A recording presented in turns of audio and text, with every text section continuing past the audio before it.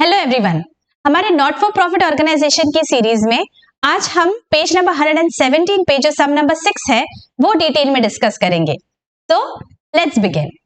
In particulars relating to Radha Krishna charitable hospital prepare income and expenditure account for the year ending 31 March 2020 and balance sheet as on that date. चलो receipt side पे देखते हैं क्या क्या amounts दिए हैं और कहां-कहां वो जाएंगे। फर्स्ट अमाउंट इज कैश, ये ओपनिंग बैलेंस है हमारे कैश का। आगे है subscription, subscription will go to my income expenditure.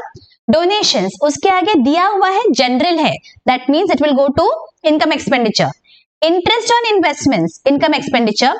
Proceeds from charity show, income expenditure. Okay, payment side पे क्या है देखो, medicine purchased, income expenditure. General expenses, income expenditure. Salaries, income expenditure. Stationery, income expenditure. Expenses on charity show, income expenditure. Surgery and dispensary expenses, income expenditure. Equipments, balance sheet. Cash in hand और cash at bank, ये भी मेरे balance sheet में जाएंगे। Okay, अभी देख लेते हैं एडिशनल इंफॉर्मेशन क्या दी है। Subscription due and subscription received in advance, तो ये दोनों भी सब्सक्रिप्शन से रिलेटेड है, तो मैं सब्सक्रिप्शन को स्टार कर लेती हूँ। ओके, नेक्स्ट क्या है, स्टॉक ऑफ मेडिसिन है।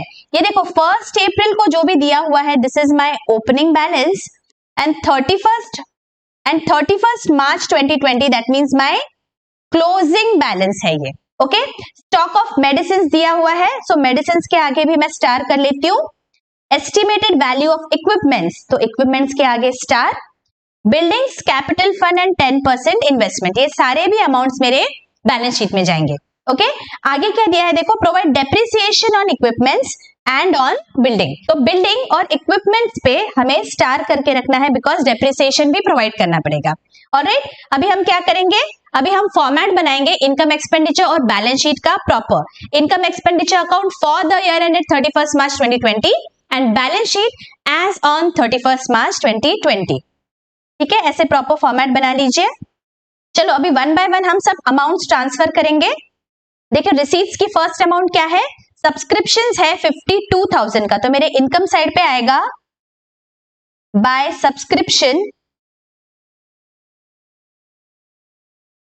52,000 रुपीज। इनर कॉलम में लिखना है बिकॉज एडजस्टमेंट्स है बहुत सारे। Donation 17,500 and interest on investment 10,000, दोनों भी इनकम साइड पे आएगा। By donations 17,500, by interest on investment 10,000। Okay, next क्या है, प्रोसीड्स फ्रॉम चैरिटी शो 8,530, तो ये मैं लिख लूंगी यहां पे इनकम में। बाय प्रोसीड्स फ्रॉम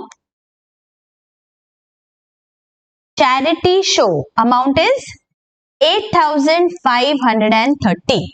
ऑलराइट, अभी देखते हैं पेमेंट साइड पे क्या क्या है। मेडिसिन परचेज है 41,000 का, तो मैं क्या करती हूँ, जो medicine consume during the year है वो ही हमारे इनकम एक्सपेंडिचर में आते हैं। करेक्ट, याद करिए मैंने जब एडजस्टमेंट्स का वीडियो दिखाया था आपको, एनपीओ का जब मैंने एडजस्टमेंट पढ़ाया था तब मैंने दिया था what is the formula, opening balance plus purchases during the year less closing balance, that will be medicine consume during the year. तो मुझे क्या करना है, मेडिसिन को डेबिट साइड में लिखना है इनकम एक्सपेंडिचर के। मेडिसिन कंज्यूम्ड, ये फॉर्मूला मैं यहां पे लिख लूंगी, opening balance plus purchases during the year. Purchases कितने हैं, 41,000 है। Alright, okay. General expenses 1,050 and salaries 23,500, तो ये भी मेरे एक्सपेंडिचर साइड पे आएंगे। To general expenses 1,050 to salaries 23,500। Okay, next stationery 2,000 and expenses on charity show 550, तो स्टेशनरी को मैं एक्सपेंडिचर साइड में लिखूंगी।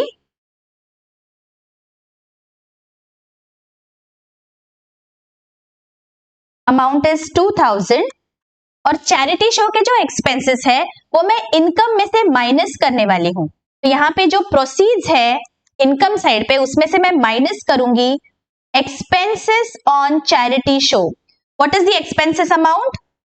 550। तो मेरा बैलेंस आएगा 7,980 रुपीज।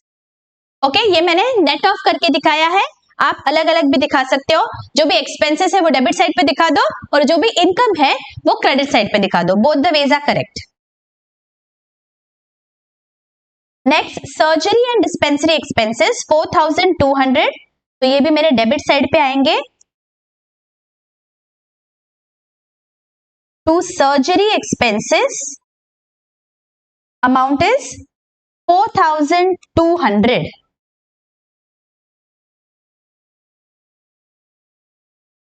नेक्स्ट, इक्विपमेंट्स है 10,000 का।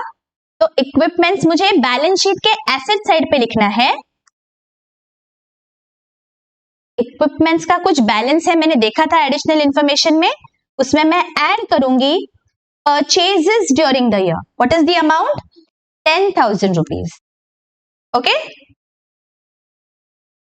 आगे क्या है? कैश इन हैंड और कैश एट बैंक के बैलेंस है, ये क्लोजिंग बैलेंसेस है।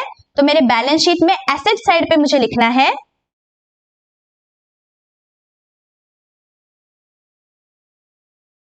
Cash in hand 960, cash at bank 13,000। Okay, चलो ये भी टिक कर लेते हैं। ओके, तो देखो रिसीट्स एंड पेमेंट्स पे सारे अमाउंट्स हमारे टिक हो गए। अभी क्या करना है? एडिशनल इंफॉर्मेशन जो दी गई है दैट वी विल सी, और वो हम एडजस्टमेंट्स करेंगे। फर्स्ट देखो क्या है, सब्सक्रिप्शन ड्यू है, ओपनिंग में 310 रुपीज है और क्लोजिंग दिया हुआ है। And second is subscription received in advance 600 rupees opening and 150 closing. तो बच्चों याद करो, मैंने जब आपको एडजस्टमेंट्स दिखाए थे सारे एनपीओ के, वो वाले वीडियो में मैंने आपको क्या बताया था? What is the formula of subscription for the current year. जो करंट ईयर का सब्सक्रिप्शन है सिर्फ उतना ही मेरे इनकम एक्सपेंडिचर में जाएगा, राइट? तो जो भी करंट ईयर को बिलोंग करेगा that I am going to add in my income expenditure, और जो भी नेक्स्ट ईयर का है मतलब फॉलोइंग ईयर का है या फिर प्रीवियस ईयर का है वो मुझे माइनस करना पड़ेगा। तो मैं क्या करूंगी, जो मेरे इनकम एक्सपेंडिचर में सब्सक्रिप्शन दिख रहा है इसमें मुझे ऐड करना है outstanding subscription for the current year.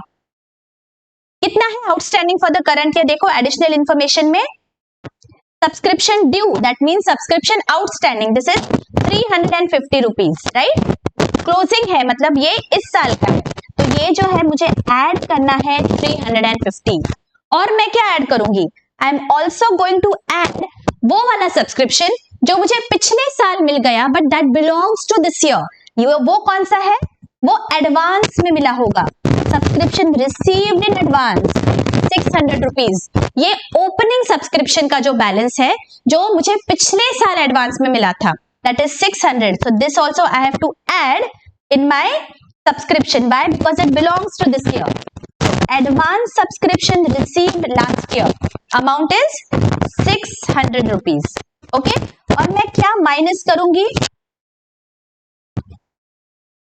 मैं माइनस करूंगी जो भी मुझे सब्सक्रिप्शन मिला है लेकिन वो पिछले साल का है। सी, सब्सक्रिप्शन आउटस्टैंडिंग 310 रुपीज पिछले साल का सब्सक्रिप्शन है, right? It was outstanding in the opening balance, तो मुझे ये माइनस करना है 310 आउटस्टैंडिंग,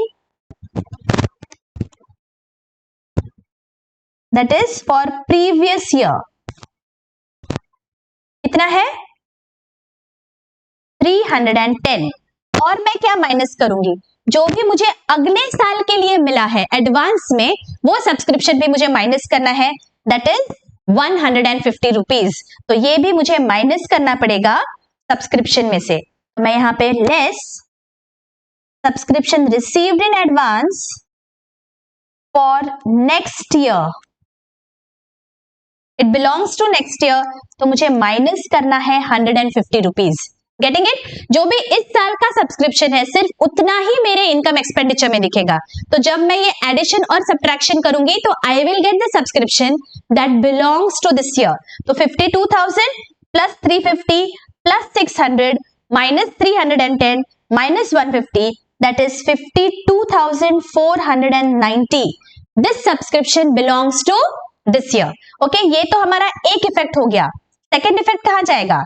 ये जो भी क्लोजिंग बैलेंसेस है इनका इफेक्ट बैलेंस शीट में दिखाना पड़ेगा, राइट? इस साल के तो जो सब्सक्रिप्शन ड्यू है दैट मींस 350 रुपीज, ये आउटस्टैंडिंग सब्सक्रिप्शन है that means it is my asset. तो मेरे बैलेंस शीट के एसेट साइड पे 350 रुपीज दिखेगा। आउटस्टैंडिंग सब्सक्रिप्शन ये मेरा इनकम है जो मुझे फ्यूचर में मिलेगा, that means it becomes my asset. Amount is 350 rupees. Okay, और सेकेंड इफेक्ट जाएगा एडवांस जो सब्सक्रिप्शन मिला हुआ है 150 रुपीज। ये क्या है? अगले साल का इनकम मुझे एडवांस में मिल गया, so it becomes my liability. तो बैलेंस शीट के लायबिलिटीज में हम लिखेंगे subscription received in advance. Subscription received in advance. What is the amount? 150. Okay, समझ गया डिटेल में अच्छी से? Okay, next stock of medicine. Opening stock है एंड क्लोजिंग स्टॉक है। तो फर्स्ट इफेक्ट कहा जाएगा, मुझे कंज्यूम्ड निकालने हैं मेडिसिन इस साल के। तो मैंने आपको दिखाया था मेरे इनकम एक्सपेंडिचर का क्या फॉर्मूला है? ओपनिंग स्टॉक ऑफ मेडिसिन, यहां पे मुझे ऐड करना पड़ेगा 8,000, ये 49,000 है, और इसमें से मैं माइनस करूंगी क्लोजिंग स्टॉक। जो भी मेडिसिन बच गया that I have to reduce from this so that I will get कितना कंज्यूम हो गया है, कितना बचा 11,000। तो आउटर कॉलम में आएगा 38,000। ओके, और सेकेंड इफेक्ट कहा जाएगा, ये जो क्लोजिंग स्टॉक है that will be seen in my balance sheet asset side. तो बैलेंस शीट में एसेट साइड पे लिखेंगे क्लोजिंग स्टॉक ऑफ मेडिसिन। समझ में आ रहा है? जितना मेडिसिन कंज्यूम हुआ है इस साल सिर्फ उतना ही मेरे इनकम एक्सपेंडिचर में दिखेगा, और जो भी बचा वो बैलेंस शीट के एसेट साइड पे दिखेगा। ओके, चलो यहां पे टिक कर लेते हैं। अभी नेक्स्ट क्या है? Estimated value of equipments 15,000 is the opening balance of equipments. तो बैलेंस शीट में एसेट साइड पे मुझे ऐड करना है 15,000। ओके, तो ये कितना हो जाता है? ये हो जाता है 25,000। ओके, आगे बिल्डिंग्स एंड कैपिटल फंड का मुझे ओपनिंग बैलेंस दिया है, तो बिल्डिंग के आगे 40,000 और कैपिटल फंड इज 1,70,940। तो मुझे लायबिलिटी साइड में लिखना है 1,70,940। This is my capital fund opening balance, and buildings का ओपनिंग बैलेंस है 40,000। बिल्डिंग्स 40,000। ओके, आगे क्या है देखो, 10% इन्वेस्टमेंट है, ओपनिंग बैलेंस इज 1 लाख। तो अगेन बैलेंस शीट के एसेट साइड पे हम लिखेंगे 10% investment, amount is 1 lakh. Okay, देखो अभी नेक्स्ट क्या दिया हुआ है, provide depreciation on equipments 1,900 and building 1,500। तो जैसे अमाउंट्स दिए हैं ये मुझे डिडक्ट करने पड़ेंगे मेरे बैलेंस शीट में एसेट साइड पे। तो इक्विपमेंट्स में से मैं माइनस करूंगी depreciation, amount is 1,900, so my total is 23,100, and building का डेप्रिसिएशन है 1,500। ये मुझे माइनस करना है बिल्डिंग में से, और मेरा बैलेंस बचता है 38,500। डेप्रिसिएशन का सेकंड इफेक्ट कहां आएगा? ये मेरे इनकम एक्सपेंडिचर में दिखेगा डेबिट साइड पे। तो इनकम एक्सपेंडिचर में चलते हैं और यहां पे हम लिखेंगे to depreciation, depreciation on equipments, amount is 1,900 and building amount is 1,500. Okay, देखो अभी सब कुछ हो गया क्या, कुछ छूटा तो नहीं? देखो सब हो गया है, लेकिन एक हिडन एडजस्टमेंट है। कौन सी? देखिए 10% इन्वेस्टमेंट दिया गया है हमें। इसका मतलब ये जो 1 लाख का इन्वेस्टमेंट है इस पे 10% इंटरेस्ट मिलना चाहिए। 10% of 1 lakh that means 10,000 rupees, correct? तो एक बार चेक कर लेते हैं रिसीट्स पेमेंट्स में 10,000 रुपीज इन्वेस्टमेंट का इनकम दिख रहा है क्या? देखो रिसीट्स पेमेंट्स में हम चलते हैं और रिसीट साइड पे मुझे दिख रहा है interest on investment 10,000 rupees. That means जितना भी मैंने कमाया था उतना मुझे मिल गया है, so there is no need to do any additional adjustment, ठीक है? लेकिन ये टैली करना जरूरी है, ये चेक करना जरूरी है दैट पूरा के पूरा जो भी अर्न्ड था, एक्रूड था, वो मिला या नहीं। इस केस में पूरा मिल गया है तो there is no need for doing any further adjustment. तो अभी क्या करना है? अभी इनकम एक्सपेंडिचर को हमें क्लोज करना है। So let us find out the debit and credit balance total of income and expenditure side. So let us see what is the total. My credit side total is 87,970 and debit total is 72,150. ये मेरा working note है so that I understand कौन से side की total ज्यादा है। Credit side की total ज्यादा है, so that I am going to write here 87,970। और जो भी डिफरेंस है, अगर क्रेडिट साइड ज्यादा है इसका मतलब जो भी डिफरेंस है दैट इज माय सरप्लस। तो सरप्लस जाएगा मेरे इनकम एक्सपेंडिचर के डेबिट साइड पे। What is the amount? 87,970 minus 72,150 that is 15,820 rupees. ये क्या है? मेरा सरप्लस है, तो मुझे कैपिटल फंड में ऐड करना पड़ेगा। तो बैलेंस शीट में मैं चलती हूं कैपिटल फंड में और यहां पे मैं ऐड करूंगी surplus. Amount is 15,820, outer column 1,86,760। Okay, बस अभी क्या करना है हमें अभी बैलेंस शीट की टोटल करनी है and let us see whether the balance sheet is टैलिंग।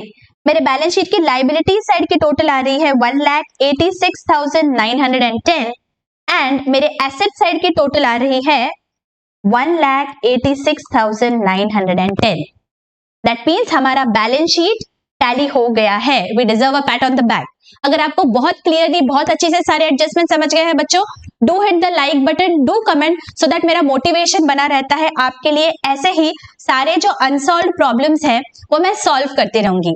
आपको अगर मेरे वीडियोस अच्छे लग रहे हैं, सब कुछ अच्छे से समझ में आ रहा है, do share with your friends and colleagues. तो मिलते हैं अभी अगले वीडियो में। Till then take care, bye bye.